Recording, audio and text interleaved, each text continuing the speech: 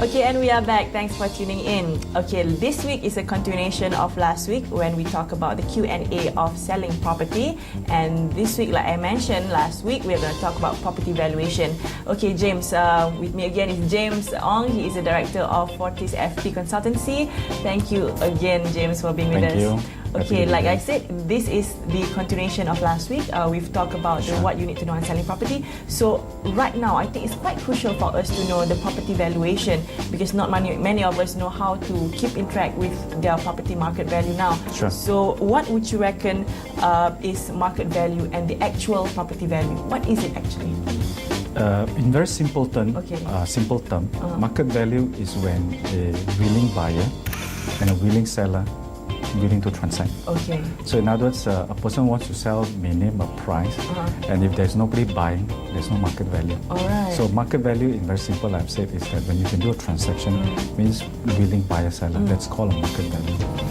A property value is a bit different. Okay. It's basically based on assessment of the market data, where a professional actually look at what is the adjacent property and also through some analysis and also what we call the replacement cost. Okay. Just in case this property is to be replaced, how much does it cost? That will be a property value. Alright. So you can see these two are quite clear distinctive, but in most cases people always mention market value.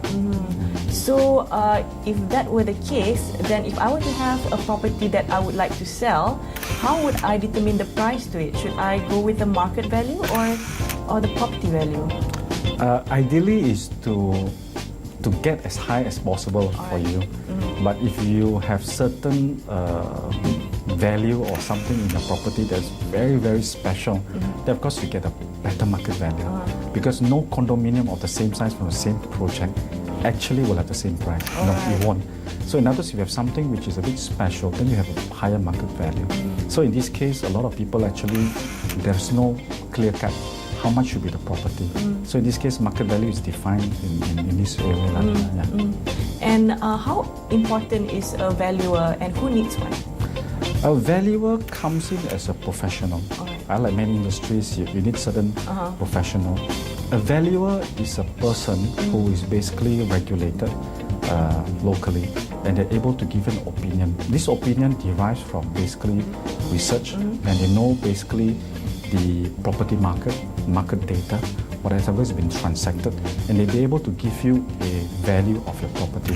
And this property value is very important because a lot of people make decisions based on this property, whether is it quite near to if I'm buying or if I'm selling. And of course, this property valuation is also very useful to a lot of people. Example like banks, financiers, insurance, people who have vested interest in the property. You will want to get a valuer to actually do a valuation of the property. And again, another favorite question would be the cost. So how much should one spend on a valuer? The valuer, they're regulated by the Board Appraisers and Estate Agent of Malaysia. Alright. So it's a lembaga. Okay. So basically, the fees is actually is being prescribed under the Schedule 7 or Rule 48. So in other words, there is a minimum amount. So what normally you do is you get all the information about your property. If you have a land or whatever, choose a home or whatever, you give all this information to the property valuer and will be able to give you a quotation. And when you look at it, how much it's going to cost you, then basically you agree, then only you start work. So in other words, it's very clear cut. They will give you back a report. You should basically cover those things you want it to be in the report as part of the valuation. And this report is very useful for you to use, whether you're selling or to get refinancing or whatever. Okay. So besides that, what are the other benefits of valuation? When you have a valuation report, it is like you don't pick it up from the air. You can show people, I have a valuation report. Okay. And because you have a valuation report, you basically, number one, you cover any legal pitfalls. Sometimes people, they're not sure because they have limited knowledge. Valuers are very well aware. So in others, they'll list out all those things they are made aware. So this is one of the areas that you'll be able to share with you that these are the things you should look out for. Secondly, valuer also will be able to work very well in the sense that if you need a financing and if you want to sell something to an interested party, you don't just say, you know, this is actually quite near to the valuation part, but I would like to, you know, so this is actually ways for people to actually make use of the valuers. they actually do more things for them. This is how the evaluation will come about. And I'm sure you have excellent advice for us again on the tips and hints on picking, the valuation of a property. Care to share with us? Quite straightforward, like what you have said. Important is to, if you find the property needs a proper valuation, you know that if you do make a wrong mistake, but if you do not get it correctly, you may shortchange yourself. So the best is if you have a big property that you want to be ascertained, it's just like you have a second opinion. Then you basically go and get the valuers to actually value the property. And valuation, not everybody that actually gets because they want to sell or buy a property. Valuation comes in handy because you actually want to know how much is the current asset, so worth. So you want to say, oh yeah, it's appreciated. So a lot of people keep this as a record because when they invest in properties, they want to show that these are the assets that appreciate over the years. Okay, James, would you reckon that it would be appropriate for a person like me who is of no knowledge and experience on selling property to value my own house when I want to sell my house?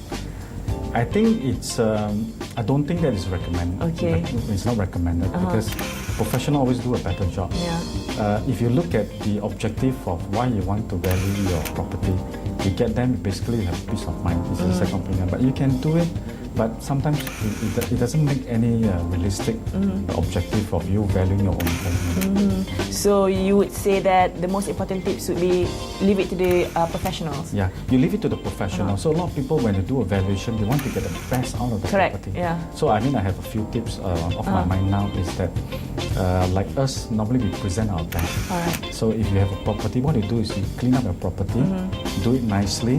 Then what you do is there are certain points that you think that will increase the value of property. Go ahead and make sure this thing stands out, and your property will be basically the value a little bit higher. So this is one of the tips. And the other thing that we can look at is also when you want to value your property, you basically tell the valuer. You tell the valuer, why am I doing this valuation? So the valuer will know basically what you have to work on to increase or do a proper job in valuing your property. So in a nutshell, when valuing your house, it should be leave it to the expert, and then you've got to be clear and honest, correct? Sure. And also you have to just present your house the best it could be, correct, James? To get the best valuation. Yeah, to get the best valuation, just present your house as its best. Okay, thank you so much, James. I'm afraid that's all the time we have for this segment. So I'll see you again next week on In Realty.